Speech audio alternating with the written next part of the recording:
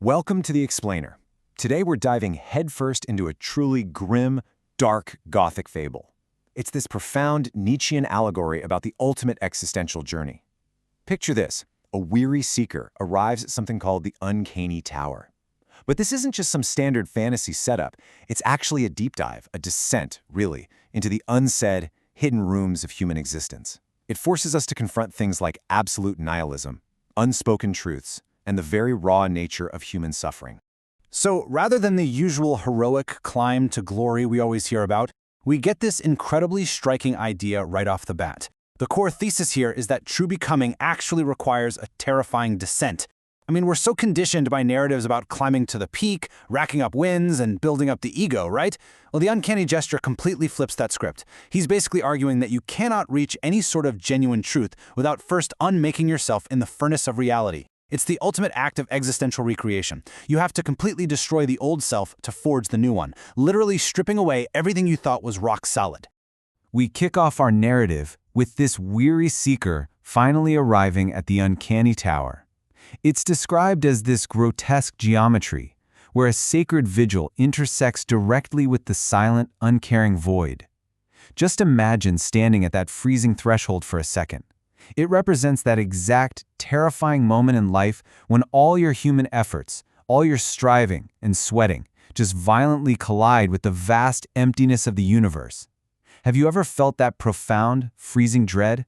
Well, that is the threshold.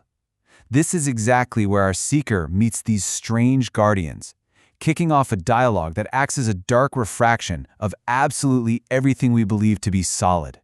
Now pay attention to the jester. He wears this shimmering motley called the Blight of Revelation.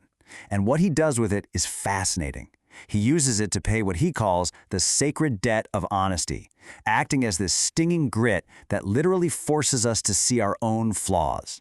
You see, he doesn't politely hide the moral rot of the kingdom. Nope, his shimmering outfit completely exposes it. He embodies the exact kind of negation we need to actually perceive our own hidden decay. He's standing there, ringing his bells as this absolute, inescapable verdict, forcing us to take a really uncomfortable, naked look at all the things we've safely tucked away in those unsaid rooms. But then, hovering directly opposite the jester, we have the sapphire prophet. This guy is a totally cold figure who looks at the 10,000 hells of memory and just sees static. Just white noise and an unavoidable entropic end. If the jester represents this painful, burning confrontation with reality, the sapphire prophet is the poster child for absolute passive nihilism. He exists in this icy, sapphire geometry, just floating there like a frozen breath. To the prophet, all of the seeker's frantic existential questioning is just a hollow cry into an empty cathedral. I mean, his logic is, why bother struggling when the universe is just winding down to nothingness anyway? The prophet actually actively mocks the seeker's journey. He doesn't see any value whatsoever in descending into some furnace of self-discovery, because to him, the universe does not mark human despair on its calendar. It just doesn't care. The entropic end is totally unavoidable, so why not just kick back and enjoy the pristine summit of nothingness? It's a wildly seductive argument when you think about it, isn't it? It's the voice of the ultimate last man, someone who only seeks comfort and the total absence of suffering. He vastly prefers the blissful ignorance of the void over the agonizing, messy struggle of actually creating meaning. The prophet goes even further, claiming that the mask and the face should never actually meet. In fact, he argues that there is no face beneath what he calls the cosmic porcelain of our performances. He wants the light to just vanish into the void rather than refract into any kind of messy human warmth. And honestly, this is the ultimate defense mechanism. Convincing ourselves that our fragile, flawless performances are all there is. We tell ourselves that protecting that pristine porcelain is so much better than risking the heat of the actual truth. It's kind of comical just how hard we work to maintain our own vanity. With the uncanny jester, he utterly rejects this cold apathy. He counters the prophet's pristine summit with the primal, burning honesty of the verdant dragon below. He talks about the ember of the earth, the intense, burning friction of the pit. This right here is active nihilism. See, both of these figures agree that the universe lacks inherent meaning, but the jester knows that avoiding pain means avoiding life itself. To him, meaning isn't something you just find sitting on a pristine summit, it's something you actively forge in the burning friction of facing reality head-on. The Jester actually refers to himself as the not self-made flesh. He straight up invites the seeker to name the emptiness that lives behind the curtain of a sincerity that has completely forgotten how to examine itself. The thing to grasp here is that the Jester is not the origin of the light. Rather, he is simply the uncomfortable angle of light that falls into the freezing, unsaid rooms of our existence. He's the guy forcing us to finally acknowledge the mess we've so carefully hidden away. Wielding this strange doubled thing scepter, the Jester insists on seeing the world through a demonic force, and we really need to look at the philology here, because the Jester specifically mocks the prophet for mistaking the diabolic for the demonic. Linguistically, the diabolic, which comes from the Greek diabolos, means to throw apart, to rot, and to destroy wretchedly. But the demonic? That traces back to a divine, shaping spirit. It is this irresistible, primal energy that deliberately breaks apart old, rigid structures so that something real and vital can finally be forged in their place. This stark contrast perfectly captures the absolute war between passive and active nihilism. On one side, you have this slow, airy ascent to the pristine summit of nothingness with the prophet, and on the other, you have the sharp, relentless friction of the furnace of recreation with the Jester. The prophet desperately wants truth swallowed by the void. The Jester wants it burned and tempered in the forge. The prophet looks at the world as a wound that just deserves to perish, while the Jester sees it as raw material. Material that absolutely requires the friction of the pit to become something meaningful. Now, grounding this entire lofty philosophical debate is the third figure, the Pale Inquisitor.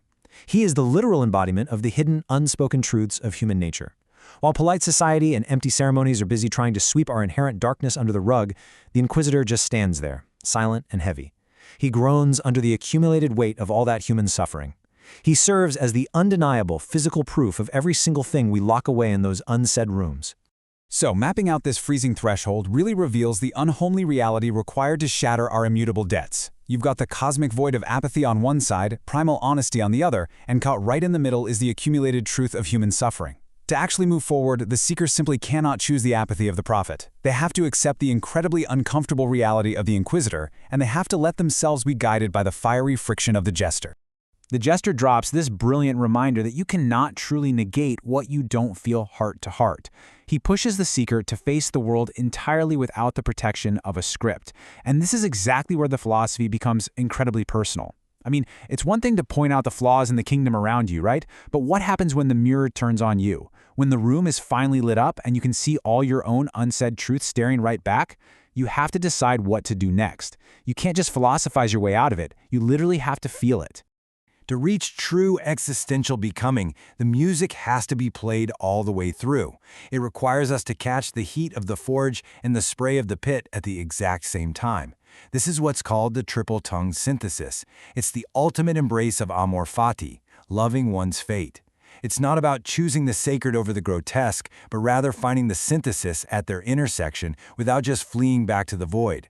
The Jester stands there as this honest bridge, connecting our fragile vanity to the terrifying weight of truth that's found in the shadows. Breaking down the actual process of the uncanny synthesis, it goes like this.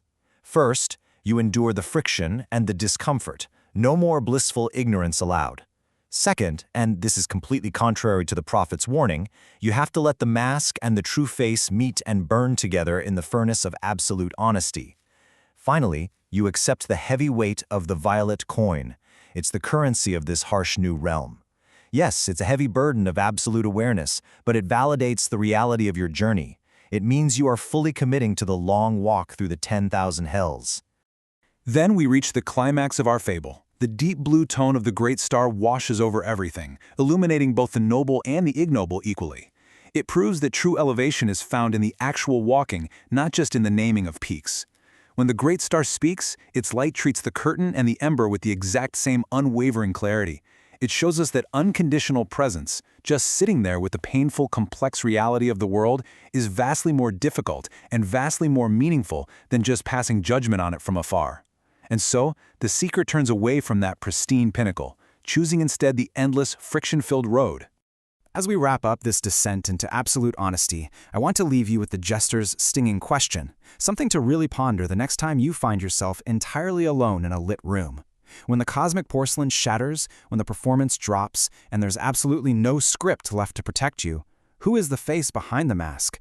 Who are you in the silence of a Tuesday evening when no one is recording your presence? This explainer has taken us through the furnace, but the real work begins right now, when our time together ends. Think about the friction in your own life and ask yourself, are you ready to hold the mirror?